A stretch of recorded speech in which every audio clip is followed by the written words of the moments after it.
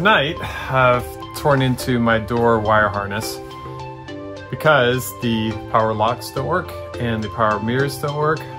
Power windows do work, which is nice.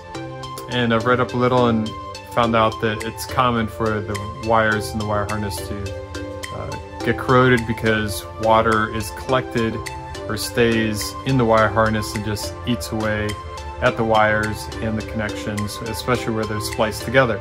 So I picked up a door wire harness from an MR2 member on Marketplace and got it in, and looked all right, and tore into it, and sure enough, it's just white with corrosion and at all the splices, basically not super promising. Tonight I've gotten into mine, and sure enough. So first of all, the process is to remove this plastic trim piece along the door, pull the trunk release bracket off, pull the plugs out, the first two plugs there, and then just sort of push them through. The boot that would normally be in there that joins the door and the body, just sort of pry it out with the flathead, and then just work it. Whatever's inside of the car, just work it to the middle of the door, and then collapse the boot to the inside of the door, and then work the rest of the harness into the door. You remove the speaker, which in this case, previous owner installed aftermarket speakers, and then at that point, the harness is inside of that cavity, and you can just pull it out and see it all. The section in question is this lowest section that hangs out down in that part of the door. Removing all the tape and sort of vinyl coverings will reveal these little vinyl coverings which cover up splices. And it's these splices that are so corroded. One of them, when I took it apart, it just fell apart.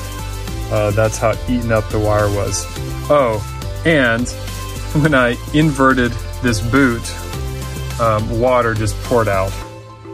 So it happens. It definitely seems to happen to all of them. Of course, the purple and pink, if I'm not mistaken, are the factory speaker wires, which I don't have to use these anyway because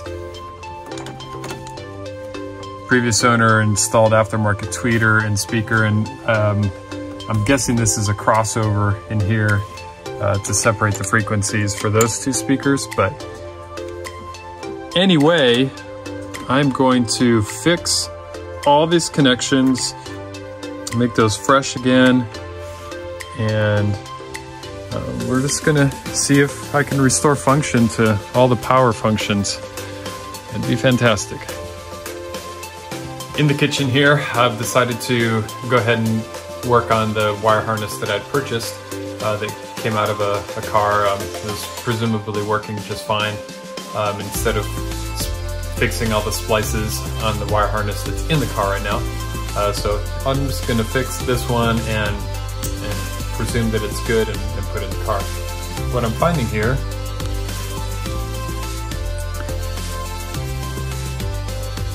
well, for instance, this connector, this splice here is all corroded, basically just falling apart here. So I've had to snip the wires pretty far back to get some copperish. I guess the sort of corrosion, the effects of the water go pretty far back into the housing, into the insulation. So I'm cutting it back, using these little connectors that have their own heat shrink, heat wrap, and then I'll splice them together with that. And we're just gonna do them all. Probably not the speaker ones that aren't used, but all of these are so corroded, and hopefully restore some voltage to all these switches so all the functions will work.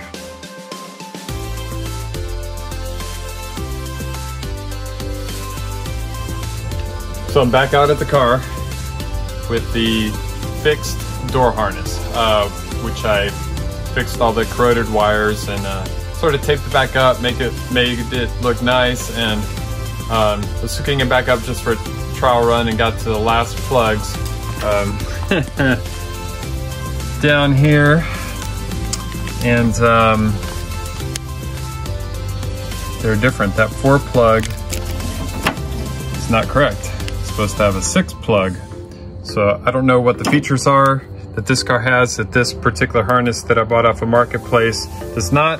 But now I have a perfectly restored, hopefully perfectly restored, at least it tested out with continuity through all the wires, but unproven at this point. Well, door harness that I can't use. So I'm gonna put that over there. So I took the actual car harness out, took it inside, did the same treatment. I have this aftermarket speaker wire that I have to kind of incorporate. And now this guy is ready to be put in. However, I've wrapped it in kind of this fabric wire loom tape, which my guess is going to absorb moisture because apparently water does get in. So my solution that I'm going to try here is spraying it with waterproofing silicone for tents and boots and fabric. So I'm going to spray all of this kind of material and hopefully make it kind of waterproof, so the water would just shed off and not be drawn down into the wires and sit down in the low spots. And hopefully everything will work. All right, moment of truth here. It's all hooked up. Well, it's mocked up. Definitely a mess, but all the connectors are connected. This one's tricky. Just a side note, it looks like it should go in straight, but it actually goes in flat instead of that way. It goes in that way for the power mirrors. Everything's connected, power mirror. This is mocked up. The plugs in there are connected. All right, so I guess first of all, get some power to see if the windows go. Oh, all right.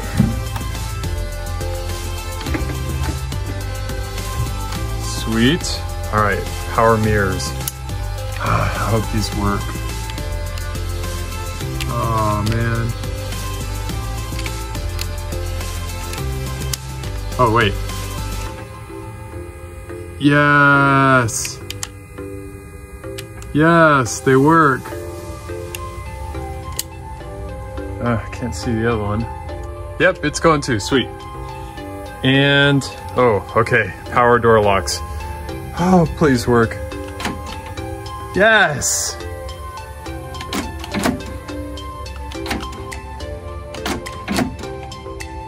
Sweet!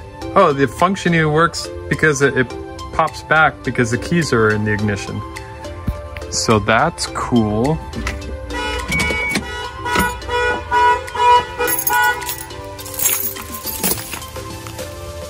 Side note, don't scrunch the keys in your pocket. All right. Fantastic. That is so great. All right, well, success.